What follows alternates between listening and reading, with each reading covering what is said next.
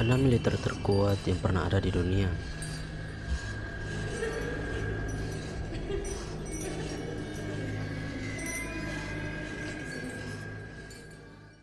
Satu, Roman Legion.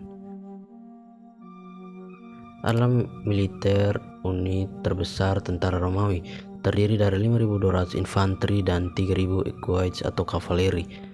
Pada periode Republik Romawi 500 sebelum Masehi sampai 27 sebelum Masehi, dan 5.600 infanteri dan 200 auxilia pada periode Kekaisaran Romawi antara 27 sebelum Masehi sampai 1453 Masehi. Ukuran legium khas bervariasi sepanjang sejarah Roma kuno, dengan pelengkap mulai dari 4.200 legium dan 300 equid, atau diambil dari kelas kaya di awal Roma. Semua pasukan menyediakan peralatan mereka sendiri. Pada periode Republik Roma atau infanteri dibagi menjadi 10 kohor masing-masing dari 4 maniples 120 legium, menjadi 5.200 pria ditambah 120 pembantu. Pada periode Kekaisaran atau dibagi menjadi 10 kohor masing-masing 9 dari 480 pria ditambah kohort pertama yang menampung 800 orang. Pada awal kerajaan Romawi, legiun mungkin berarti seluruh tentara Romawi, tetapi sumber tentang periode ini sedikit dan tidak dapat diandalkan. Organisasi legiun berikutnya sangat bervariasi dari waktu ke waktu, tetapi legiun biasanya terdiri dari sekitar 500 tentara. Selama sebagian besar era Republik, legiun dibagi menjadi 3 baris, masing-masing 10 maniples. Di Republik akhir dan sebagian besar periode Kekaisaran atau dari sekitar 100 sebelum Masehi, sebuah legium dibagi menjadi 10 kelompok, masing-masing 6 atau 5. Legium juga termasuk ala kecil atau unit kavaleri pada abad ketiga Masehi.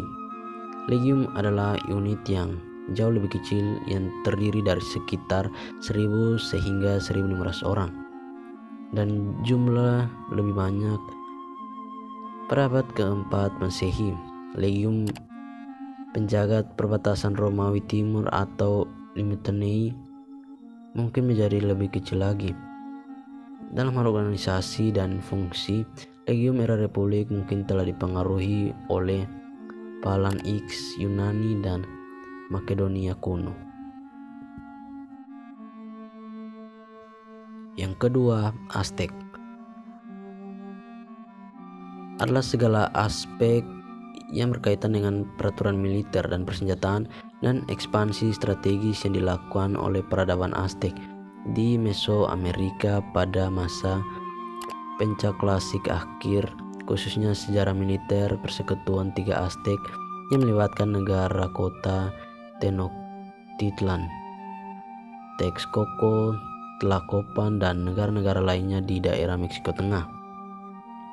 Angkatan bersenjata Aztec pada umumnya terdiri atas sejumlah besar rakyat jelata atau dalam bahasa Yunani yang hanya memperoleh pelatihan militer dasar. Selain mereka, ada juga cukup banyak, meski lebih sedikit daripada pasukan biasa, prajurit profesional yang termasuk ke dalam kelas kebangsawanan atau dan yang diatur ke dalam masyarakat prajurit dan diberi pangkat berdasarkan prestasi mereka. Namun, Aztec berpusat pada ekspansi politik dan kekuasaan dari pemungutan upeti dari negara-negara kota lainnya. Dan peperangan adalah kekuatan dinamis paling utama dalam politik Aztec.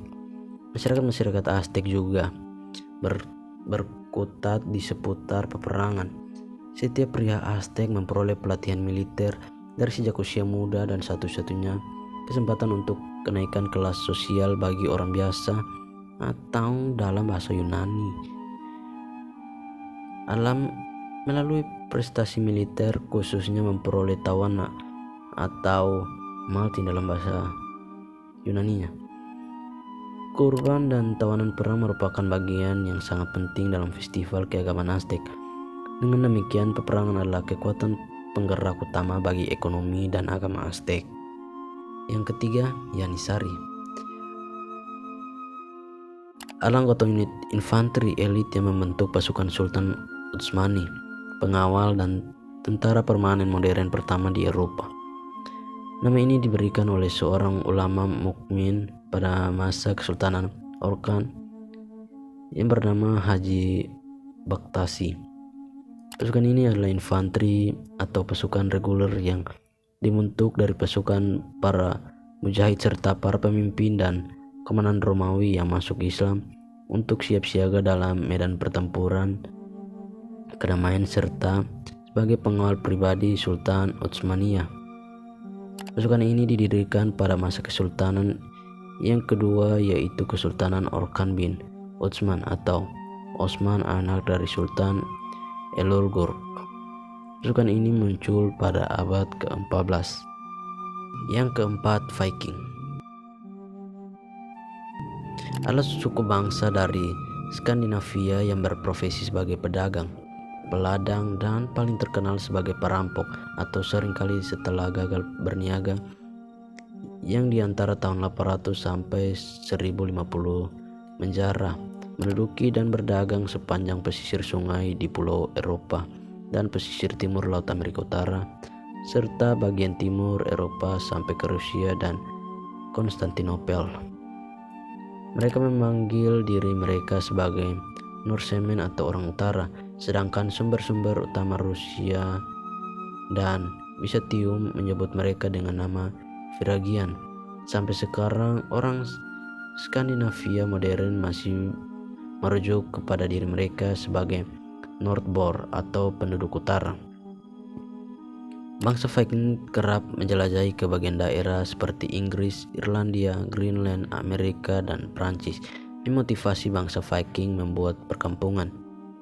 Perkampungan atau pemukiman bangsa Viking tersebar di berbagai tempat. Di Inggris terdapat pemukiman Viking di York, Lincoln, dan Derby. Di Irlandia terdapat 2 pemukiman bangsa Viking, salah satunya Dublin. Di Prancis Utara pun terdiri pemukimannya Viking yang disebut Norman. Bahkan bangsa Viking di Kiev mendirikan kerajaan bernama Rus atau Rusia. Leif Erikson yang dalam saga Islandia dikatakan keturunan para pemimpin Viking Norwegia yang mendirikan perkampungan Eropa pertama di Greenland sekitar tahun 985. Kemungkinan besar adalah orang Eropa pertama yang menemukan Amerika sekitar tahun 1000. Perkampungan yang didirikannya kemungkinan besar adalah di Anse Aux Meadows, yaitu di Newfoundland dan Labrador, Kanada. 5. Samurai adalah bangsawan militer abad pertengahan dan awal modern Jepang. Menurut penerjemah William Scott Wilson, di Tiongkok adalah kata yang berarti menunggu atau menemani seorang di jajaran masyarakat, dan ini juga sebenarnya dari istilah aslinya dalam bahasa Jepang, kata kerja saburao dan kata benda saburai. Di kedua negara tersebut, istilah ini biasanya berarti mereka yang melayani hadir dekat dengan kaum bangsawan. Kemudian lafaz tersebut berganti menjadi samurai. Menurut Wilson, referensi awal untuk kata samurai muncul di Kokin Bokasu atau 1905 sampai 914. Kekaisaran pertama, antologi puisi, selesai pada bagian pertama abad ke-10. Pada akhir abad ke-12, samurai menjadi hampir seluruhnya identik dengan boshi, dan kata itu terkait erat dengan kesatria kelas menengah dan atas. Samurai mengikuti seperangkat aturan yang kemudian dikenal sebagai bushido. Walaupun samurai masih kurang dari 10% dari populasi Jepang, ajaran mereka masih dapat ditemukan hingga hari ini baik dalam kehidupan sehari-hari maupun dalam seni bela diri modern Jepang. Yang keenam, Spartan adalah pasukan militer di negara kota Sparta, yang merupakan salah satu negara kota terkuat di Yunani kuno. Pasukan ini merupakan salah satu inti peradaban negara Sparta, yang tujuan utama dari tiap penduduknya adalah menjadi prajurit yang kuat, melaksanakan latihan militer bagi warganya sejak mereka masih kanak-kanak. Pasukan Sparta menjadi salah satu pasukan tempur yang paling ditakuti dalam sejarah dunia. Pada masa kejayaannya pada abad ke-6 dan ke-4 sebelum Masehi, sudah secara umum dianggap bahwa satu prajurit Sparta sama berharganya dengan beberapa prajurit dari negara lain. Spartan, pengistilahan dari kata sifat gagah berani, tangguh, tidak kenal menyerah, disiplin ketat, yakin dan percaya dirinya sepenuhnya. Secara harfiah kata Spartan berarti orang Sparta.